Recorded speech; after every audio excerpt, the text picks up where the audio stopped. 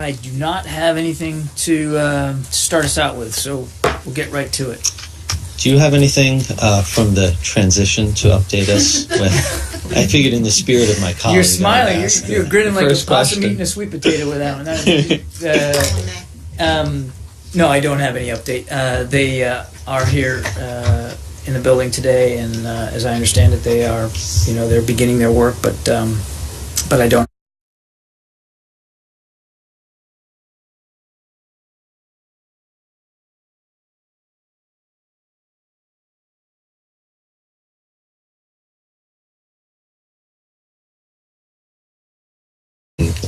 You would support, or were you surprised by the statement?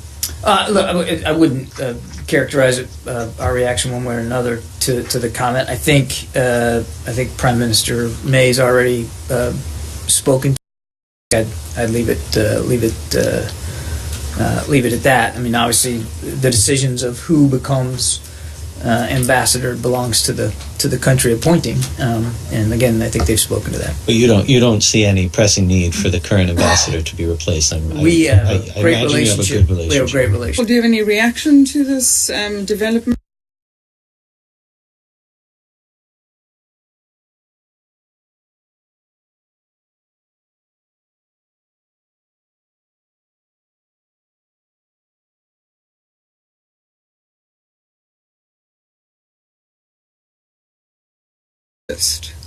Well, again, I can't and won't speculate about what, with respect to the Iran deal. All I can reinforce is what we have done and will do, and we're going to continue to meet our obligations. These licenses that we're talking about are part and parcel of that effort. We still believe very, very strongly that the Iran deal is good, not just for our friends and partners in the region, but for the world, and certainly are very much in keeping with our own national security interests. And as the Secretary has said many times, an Iran without nuclear weapons capabilities only helps reduce the other problems that we have to deal with in the Middle East. They haven't gone away. Iran's destabilizing activity is still a major issue of concern for us, but removing their ability to obtain nuclear weapons capability certainly makes those other problems a little bit easier to deal with, not completely. So we obviously continue to strongly support the Iran deal. We will continue to implement it appropriately as we are required to under the JCPOA. Whatever decisions the next administration makes is obviously, it's for them to speak to. But it must sit uneasily in this building that these kinds of things could be reversed. I mean, some would believe that this is being done now so that so that these decisions aren't left until after January 20th. Yeah, look, I've heard talk about that and speculation about that. I absolutely can fundamentally assure you that we're doing nothing other than meeting our obligations and our commitments, and the kinds of things that we're doing, such as the licenses that we're talking about today, have been weeks, if not months, in the planning. I mean, this isn't the kind of thing you throw on like a light switch. It takes time and planning to do it, and the Treasury Department, again, without speaking for them, have been working on this very, very hard.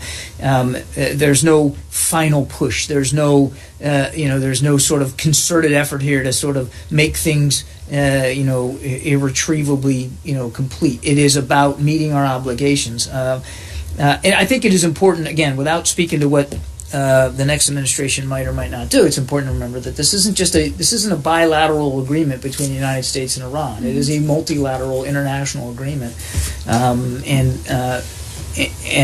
that character of it, the truly international scope of it, I think needs to be taken into account. But again, we continue to firmly believe in the soundness of this deal, in the security that gives our friends and partners in the region, as well as the American people. So, just explain to me what this obligation is. You're obliged to license requests for commercial aircraft sales to Iran? It is. When I talked about obligations, Brad, I was talking about, broadly speaking, our obligations to meet our commitments under the deal. But as you know, the deal did call for the lifting of some sanctions, and it did allow for the resumptions of some licensing, particularly with civil aviation, and that's what this is regarding to. Well, why is it such a complicated many-month process if it's an obligation? Just because something is a commitment or an obligation doesn't mean it's easy to do right away. And again, I can't speak to the process here. I just know that the Treasury Department has been working on this for some time. There had been previous licenses issued. I think we've talked about that. I don't know I'm not an expert on the licensing process. Again, I'd refer you to Treasury. But the larger point I'm making is that this decision, the one we're talking about today, had nothing to do, and the timing was not at all related to our own presidential election. But you saw the letter from Speaker Ryan, I'm guessing, about asking. I have.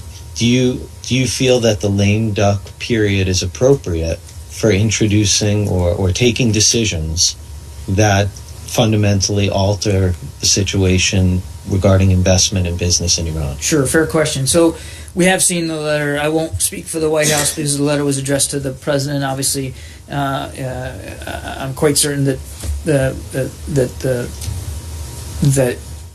the letter will be responded to appropriately by our colleagues at the White House. And the second point I make is we will, as we have, continue to have an ongoing dialogue and communication with members of Congress about implementation of the deal.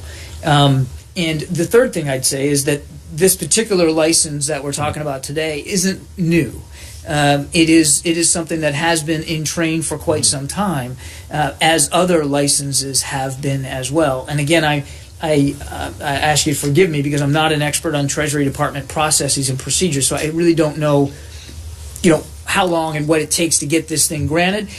But the point is, it's nothing new. No, I understand. And look, we have seen the Speaker's letter. We're aware of the Speaker's concerns, and I'm sure that our colleagues at the White House will respond appropriately. I understand the deal. It was first announced in January, so it'd be silly to argue that this is a new process that just started after the election. But your insistence that this is months old and that this is many months in the pipeline or whatever, to me seems to be an acknowledgement that it would be wrong to introduce anything new in this lame duck period, that would be either unseemly or not in the spirit of a good transition. So what I would tell you is there's no effort, there's no Machiavellian intent here to sort of to push in any way outside the bounds of our normal commitments and obligations here in the final months of the administration. What we are committed to doing is meeting our obligations in a consistent, forthright manner. And this license that we're talking about today is one of those obligations. Syria? Yeah. Okay, first of all, there was a call between Secretary Kerry and Foreign Minister Lavrov today. Yes, there was. Okay, could you give us a read? So, there was a conversation today over the phone with Foreign Minister Lavrov. Obviously, Syria was the main topic of discussion, and the Secretary and the Foreign Minister talked about the importance of continuing to work towards a cessation of hostilities, in trying to find ways to get that cessation of hostilities in a place where it can lead to a resumption of political talks, and to try to build a framework that can make sense for that cessation of hostilities to actually work. And obviously this conversation, as previous ones, have been done in the context of the continued bombing and bloodshed in Aleppo, and the urgency that the Secretary feels to try to get the cessation of hostilities in place as soon as possible. And according to the Foreign Ministry in Russia, the Russian Foreign Ministry, forgive me, they also say that the Secretary and the Foreign Minister discussed getting Eastern Aleppo back to normal conditions, I guess, without, let's say, the militants like Jabhat al-Nusra and others. Could you explain that? Because I did not understand what they were saying, but they're saying they discussed getting Aleppo back to normal. Well, look, I would let the Russians characterize what they mean by normal, or normalization is, I think, the word that I saw phrased in their readout. They can speak for what they think that means. What I can tell you is, on our side, and I've spoken to the Secretary since the call, that what the secretary was interested in pursuing was ways to stop the bloodshed in Aleppo, and that they focused very much on that and on getting a cessation of hostilities that can be maintained and sustained, not just in Aleppo but elsewhere throughout the country, so that political talks can resume. Now, clearly, they talked about the continuing threat that's posed by al-Nusra, and as they have almost every time they've talked about certainly the situation in Aleppo. But what the Russian Foreign Ministry described as normalization, I think I'd let them describe. What we would like to see, I won't slap the label normalization on it, but what we would like to see is for the violence to stop, for the bombing to stop, for the shelling to stop, for humanitarian aid to get in so that people can live a safe, secure life, and that Aleppo can get back to a sense of calm and peace. And as you look at the images coming out of there today, I mean, you can see that there's a long way to go.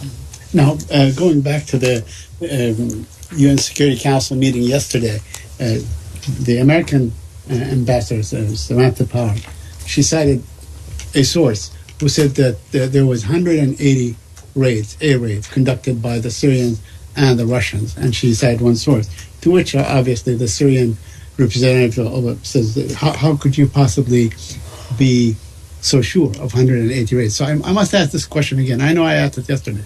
What other sources do you have other than someone, let's say, who might be in Eastern Aleppo, who might represent the opposition, who might have their own agenda and so on? How do you? Well, look, I mean, okay. How do you? Ambassador Power did cite her source, and she cited it as a source. Right. She didn't claim that the information for herself. She cited the source, and it was an example of the continued airstrikes that we see in and around Aleppo. And then she went on, of course, to talk about the atrocities and those that we believe need to be held accountable for that. But look, Saeed, I don't have a different answer for you today than I did yesterday. We look. While I said yesterday, knowledge is imperfect. Of course it is, and I've said that from the get-go. But it doesn't mean that we can't, through stitching together various sources of information, get a pretty good sense, pretty good mosaic of the information that's coming in. So yes, it comes from some credible aid agencies like the World Health Organization, like Doctors Without Borders, like the Syrian Observatory for Human Rights. It comes from individuals that we're in contact with. It comes from groups that we're in contact with. And yes, to a degree, it comes from intelligence sources that we have that obviously I'm not going to speak to here from the podium, but we have a pretty good sense. Is it absolutely perfect and infallible? No. But it's certainly strong enough and convincing enough to tell us that bombs continue to drop on innocent civilians in Syria, that hospitals, now according to various sources, there are no working hospitals in Aleppo, and so people have nowhere to go for the medical treatment that they're so desperately in need of as the bombs continue to rain down on top of them. That's what we need to focus on, and that's why it was so important, I think, for the Secretary and the Foreign Minister to talk today about trying to how we can get to a cessation of hostilities that can change the lives of the innocent Syrians that are trapped there in Aleppo. And my last one on this, she also cited a number of names as, the committee having committed war crimes and so on. They're all in the Syrian army. Surely you don't disagree that there are also war crimes committed by the opposition, right? Look, I'm not going to. I'm not going to. There were names. Saeed, I'm not going to elaborate. From the Syrian army, but we did not see or hear any names from the opposition that may have committed war crimes and targeted civilians. I'm not going to elaborate more on what the ambassador had to say yesterday. The purpose was to lay bare the information that we have with respect to violations by and atrocities committed by Syrian officials and Syrian military units. And I'm not going to get into another debate here with you or anybody else about the definition of war crimes. The Secretary has talked about the fact that we believe that war crimes should be investigated. Ambassador Power has talked about that. She laid out some of that case yesterday, I think, very, very eloquently. I don't think... and we talked about this yesterday in terms of humanitarian aid. And when we have seen issues with the opposition not abiding by the cessation of hostilities, not allowing humanitarian aid, we've been very quick to bring the issue to their attention and to express our deep concern over that. But without question, Saeed, back to the the conversation we were having about a mosaic of information. Without question, this mosaic of information and the information that we continue to glean from various sources, including intelligence sources, or that the vast majority, and I mean the vast majority, of violations of the cessation of hostilities, of bombing of innocent civilians, of destruction of innocent property and infrastructure, and the obstruction of humanitarian aid getting to desperate people are caused by the Syrian regime and their Russian backers. Period. It's not in dispute. Yeah. Yeah. To continue on Syria, Russian media quote their deputy foreign minister as saying that Syria's Kurds need to be included in any resumption of the political talks in Syria. Yeah.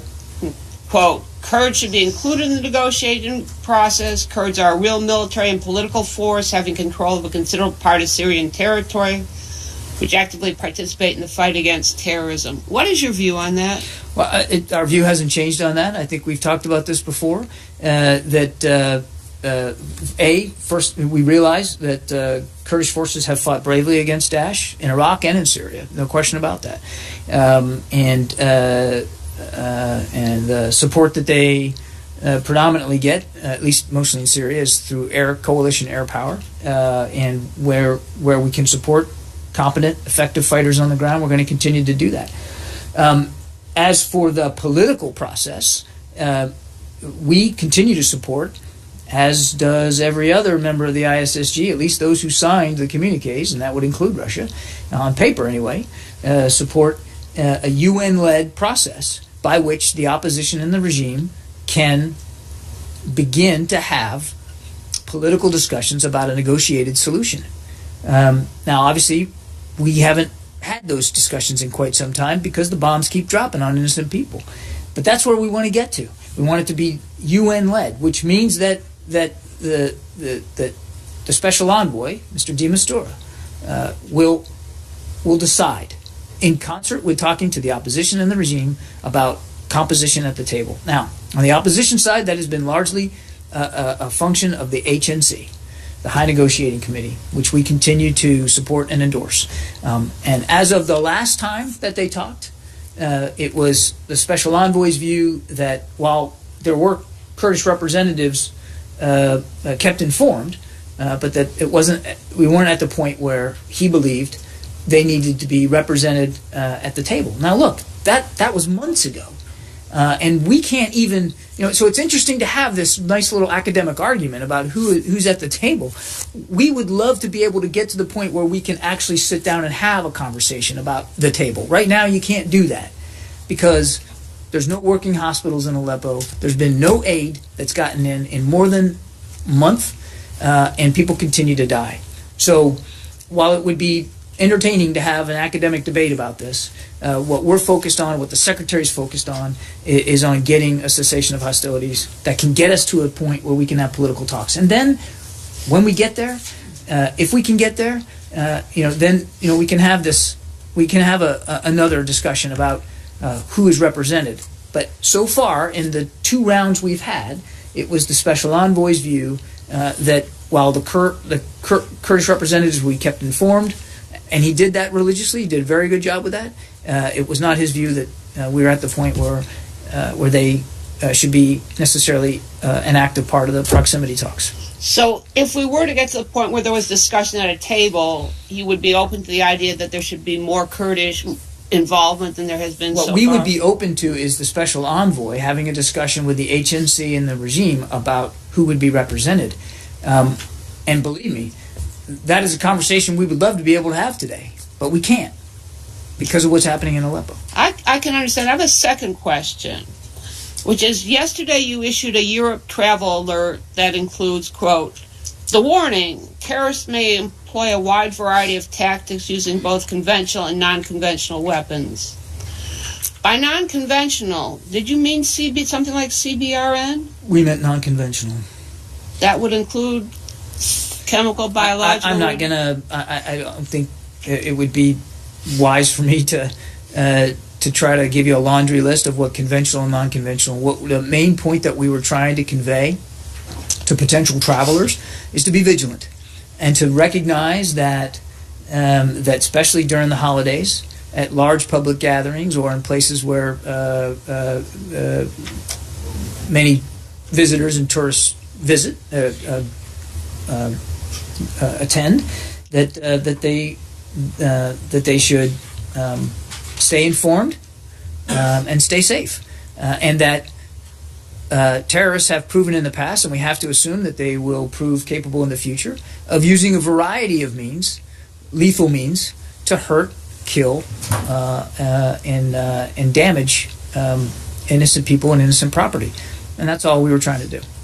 Because I spoke with two experts to prepare myself for this question. They had differing views on what non-conventional would mean. One thought that really non-conventional would mean, chem bio, and people should carry around little masks if they're concerned about this. I want to, again, I'm not going to parse the difference between conventional and non-conventional. The main point that we were trying to make is terrorists have in the past, and we have to presume will look in the future to use a variety of means to hurt people and to kill people, to sow fear.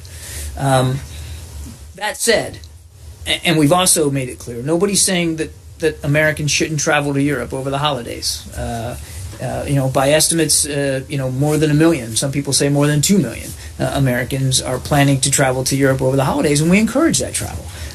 We think that's a healthy way to see the world, explore cultures and history, and to enjoy time with your family and friends. All we're suggesting is to recognize that at the holidays, that public events and public institutions could be targets of those who wish to wish us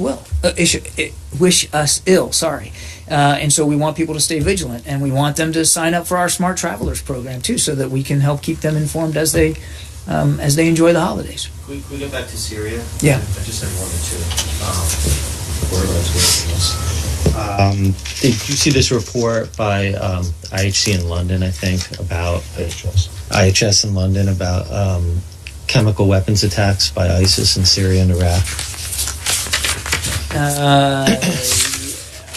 What is your comment? So we are, we are deeply concerned about reports of chemical weapons being used in Aleppo. I would say we take those reports obviously very seriously. Of course, there are no valid excuses for any party to use chemical weapons or chemical agents as a weapon, period. And again, this goes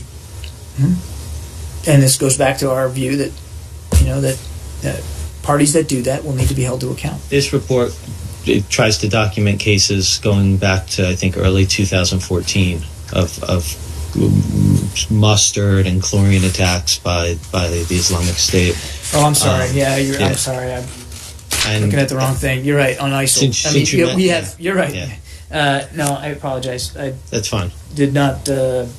Didn't pay attention enough to the question.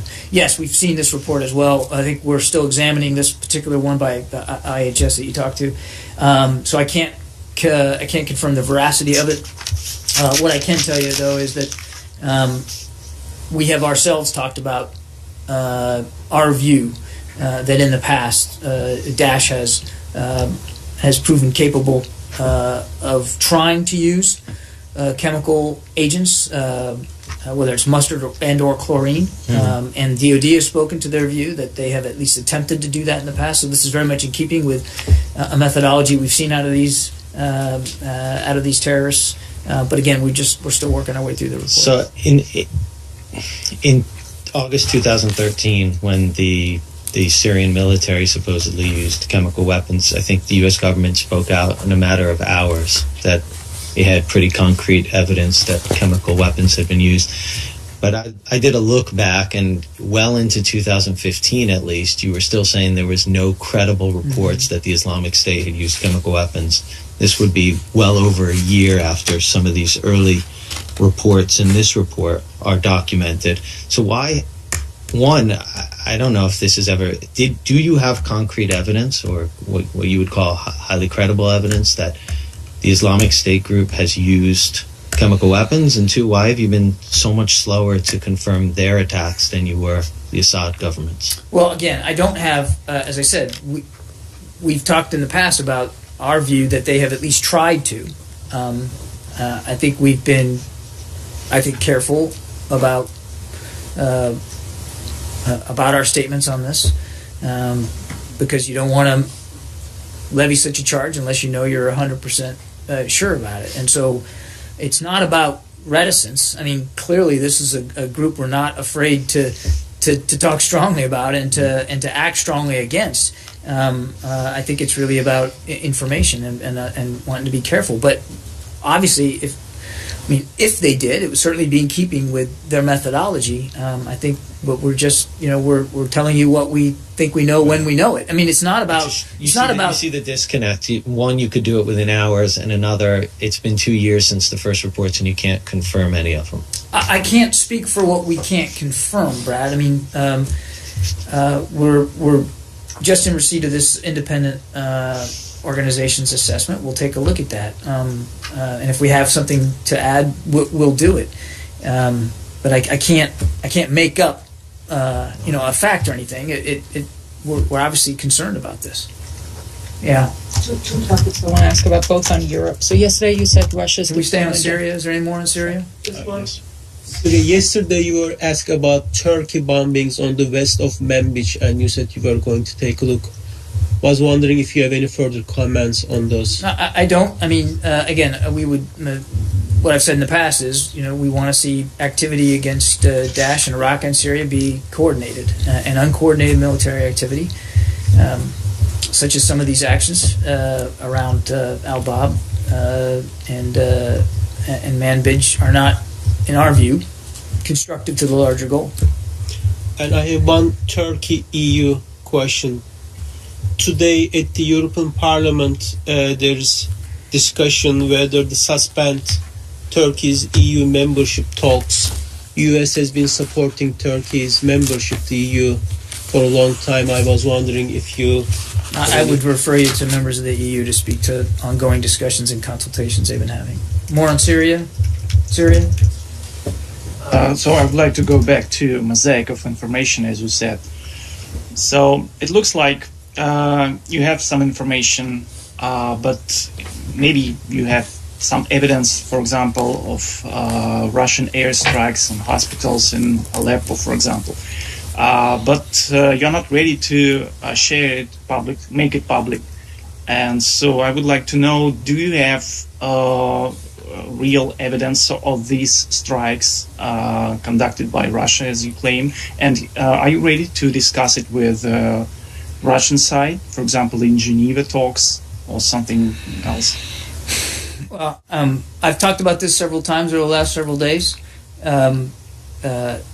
So let me just restate. It is not the United States making these claims. It is reputable aid agencies. And you can go look for yourself on the website of the World... Hang on a second. Let me finish now. I'll let you. World Health Organization or Doctors Without Borders, the Syrian Observatory for Human Rights. You can turn on CNN today and look at some pretty gripping footage of what's going on in Aleppo. You can read reports out of the Associated Press who are quoting doctors who now have no place to work or are being used or being forced to operate and to treat patients in basements with unsanitary conditions.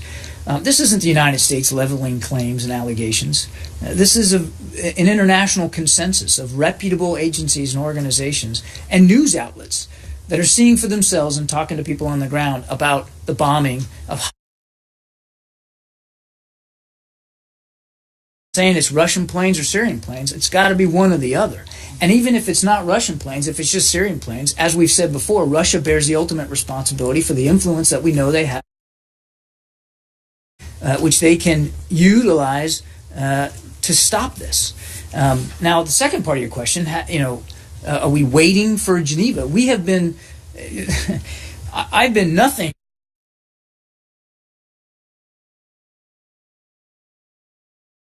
Week. There isn't a single time that that the Secretary hasn't talked to Foreign Minister Lavrov, certainly in recent weeks, where he hasn't talked about Aleppo, a month or so ago. So this is not something that we're waiting to talk about with Russian officials. We're doing it on a routine, regular basis. Now, obviously, the Russians have chosen, for whatever reason, not And as I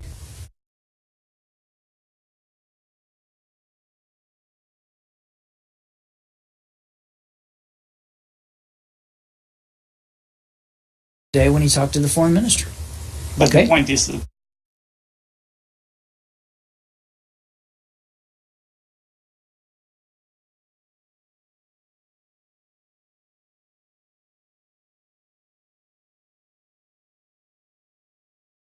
They're on the ground or have representatives on the ground. well, yeah, just for example, we contacted with one of these organizations that reported last week, a health cluster Turkish hub reported about 5 hospitals bombed in Aleppo and Idlib, but they don't have information who did that. So, just actually, Well, the who, question who, is, who do you what- suppose did it then? Huh? Who do you suppose They did don't it? know, because they have a report, and there are no words about. And as I Russian said yesterday, look, I really don't want to get into a rhetorical debate about this. Somebody's bombing these hospitals, right? Yes, that's We agree on that, right? We agree that hospitals are being bombed, Yes. right? And they're being shelled. We know it's not the coalition, and it's certainly not the United States doing it, right? know. Okay, so we're good there. So that means that there's only 2 sources: the Russian military or the Syrian military. Actually, 3 or both, right? Could be one or the other or both.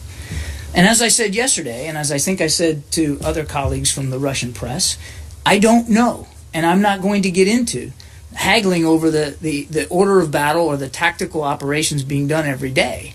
I don't know whose country's airplanes are dropping these bombs or whose forces on the ground are shelling.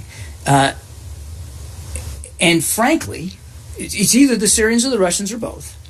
And given that that's the universe of possibility, it's kind of, in a way, irrelevant who's actually pulling the trigger.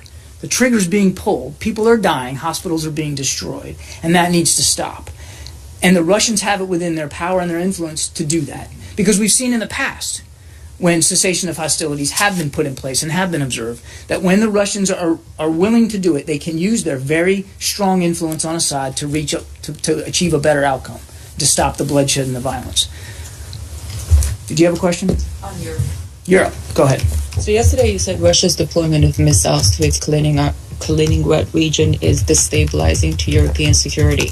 Do you think the largest buildup of NATO forces near the Russian border since the end of the Cold War and the deployment of the missile defense system, which Russia sees as designed to contain Russia, have in no way contributed to the environment in which You'd have to speak to Russia Russian is officials deploying? you'd have to So speak to Russia is Russian- pointing to these things as contributing to its actions. Do you think those things have in no way contributed to the environment in which NATO Russia is putting a these defensive missiles? alliance. It's always been defensive alliance. It remains a defensive alliance. There's no reason why Russia should view NATO in any way, shape, or form as a threat. Now, if they do, they can speak to that, not me. Do you think the troop buildup near Russia and the defense system near Russia helped lower tensions with Russia?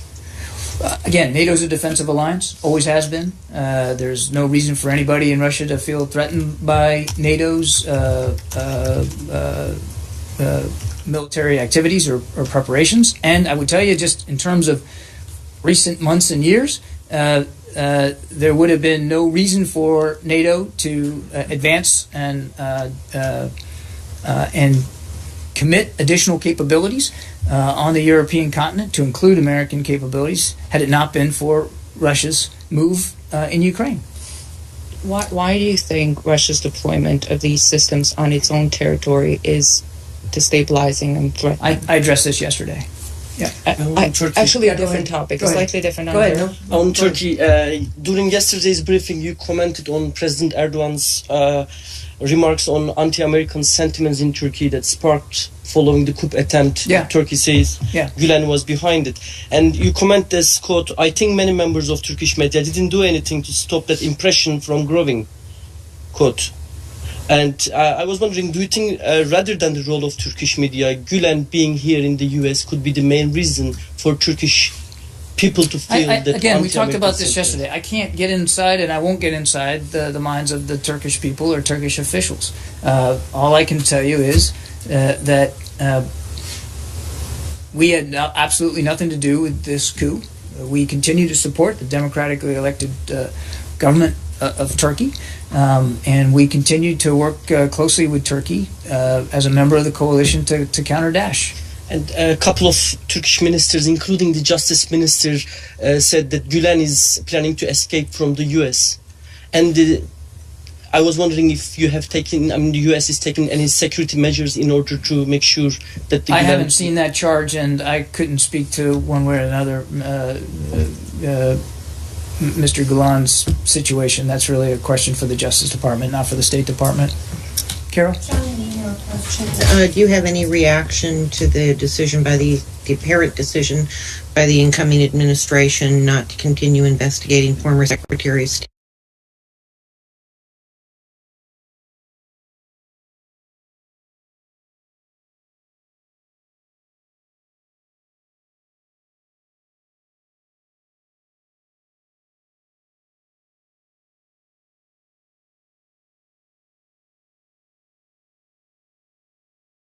To make public through the Freedom of Information Act the email traffic that we received from former Secretary Clinton, number one. Number two, Secretary Kerry also continues to be focused on improving our own records management here at the State Department, our own commitment to transparency, and that's where our heads have been, not on the legal aspects of this situation.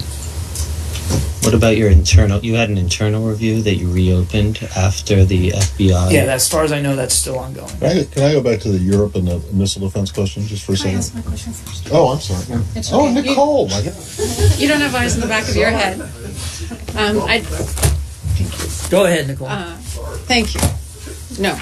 I just wanted to ask about TPP. The Secretary has worked on it for a number of years, and over the years he's spoken about the various advantages of having TPP in terms of setting standards and benefiting the economy here. I was wondering if you could just speak to the implications of stepping out of TPP, of the U.S. leaving TPP. Well, the Secretary, obviously, and you've heard him talk about this many times, continues to believe in the importance of the Trans-Pacific Partnership and the fact that it will help our economy. It will help grow the economies of those nations that are signatories as well, and it will help raise the standards for workers and employees. So we obviously still believe in the power of TPP. And look, I mean,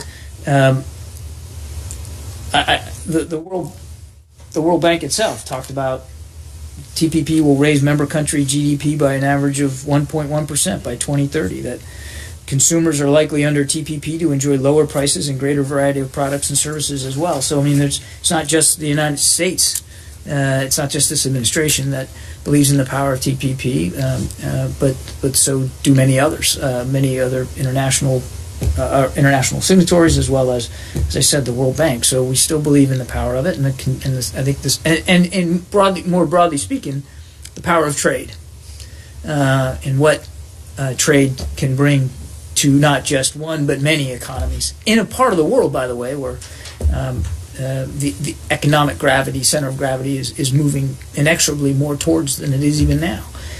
So I think you'll hear for the remainder of the time that the Secretary is in office a continued full-throated endorsement of TPP and its importance. But look, what the next administration decides, that's really for them to speak to and to articulate. What we're going to do is continue to articulate in the strength of TPP. Okay. Yep. I just want to go back to briefly on the missile defense and the Europe question.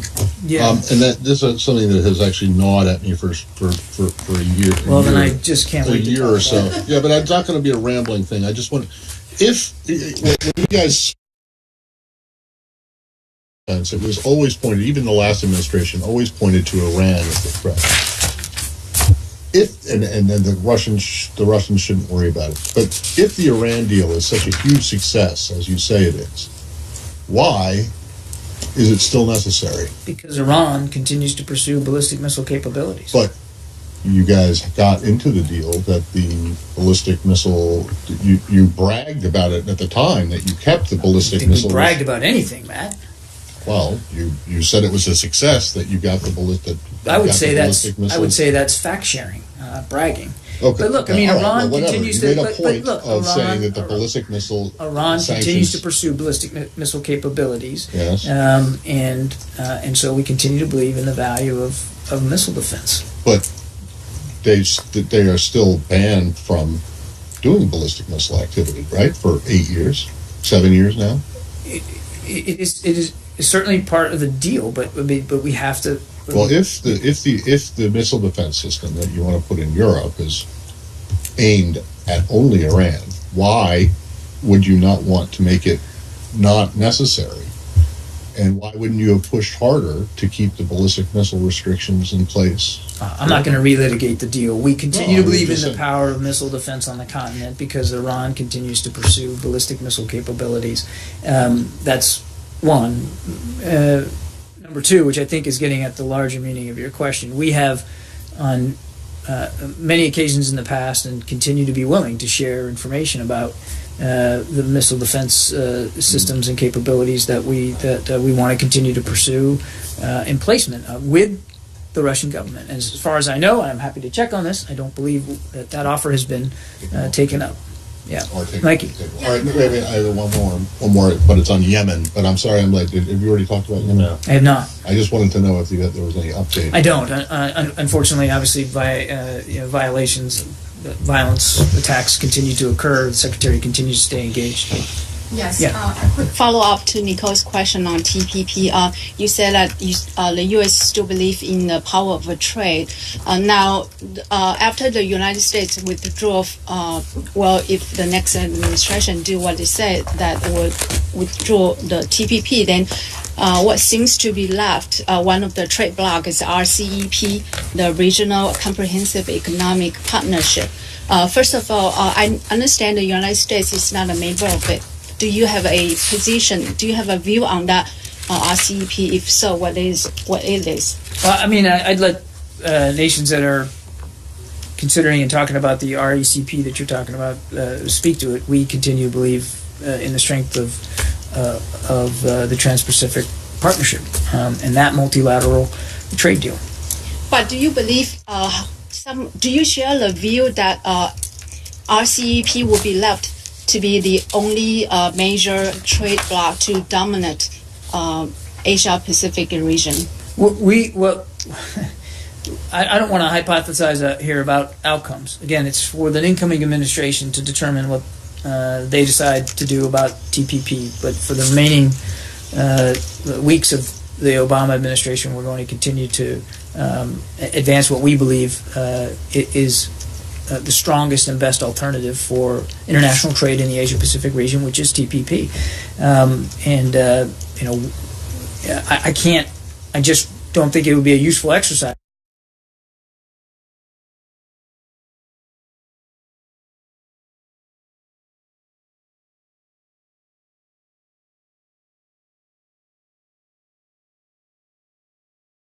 to speculate about what decisions might come later and what that might mean. It's important to remember that I get the gist of this is that China is pushing RCEP. Nations have to make these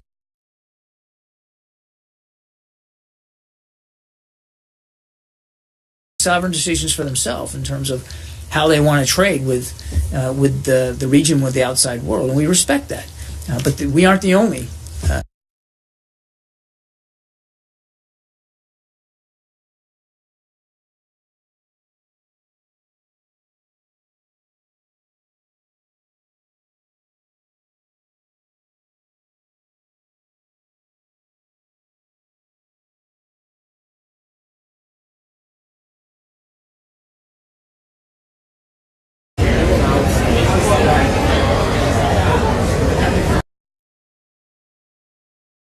Towards, is that what you mean? Mm-hmm. Well, again, you're asking me to comment about a decision on behalf of the incoming administration.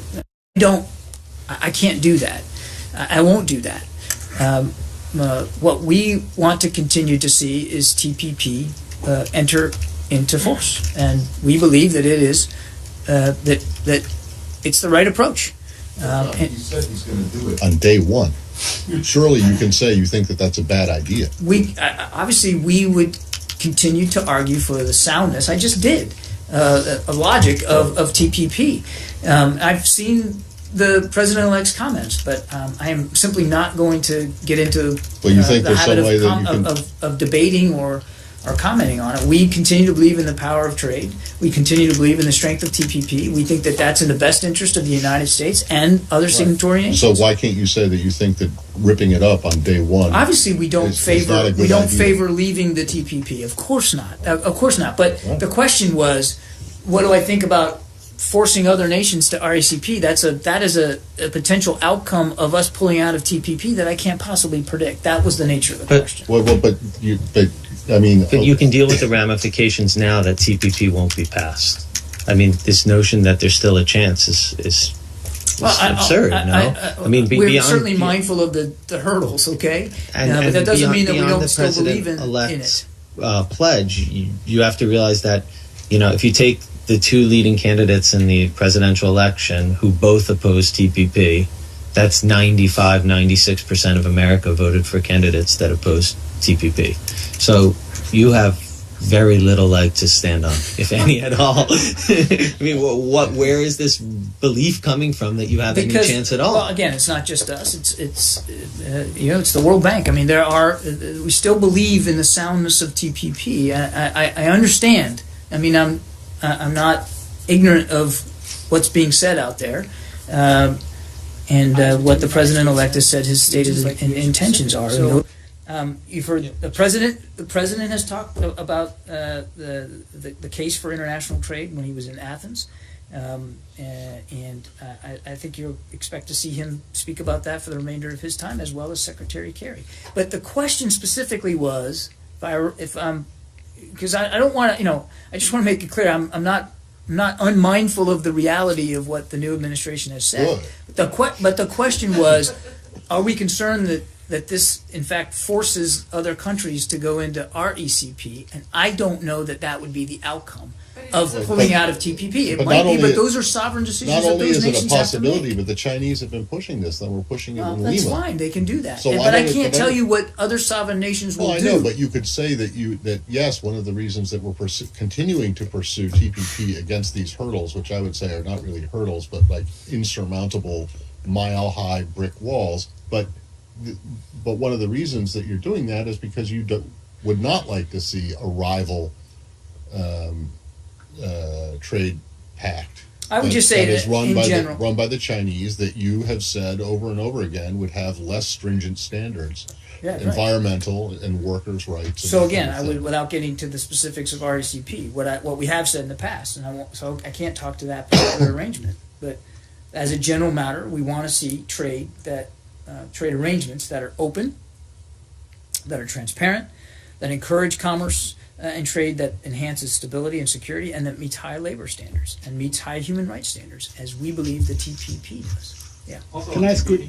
Yeah. Go ahead. Is there any discussion at all with the other members of TPP that it can somehow be salvaged without the United States? I'm not aware of individual conversations like that. Again, I think, I think I've spoken to it quite enough today. Yeah.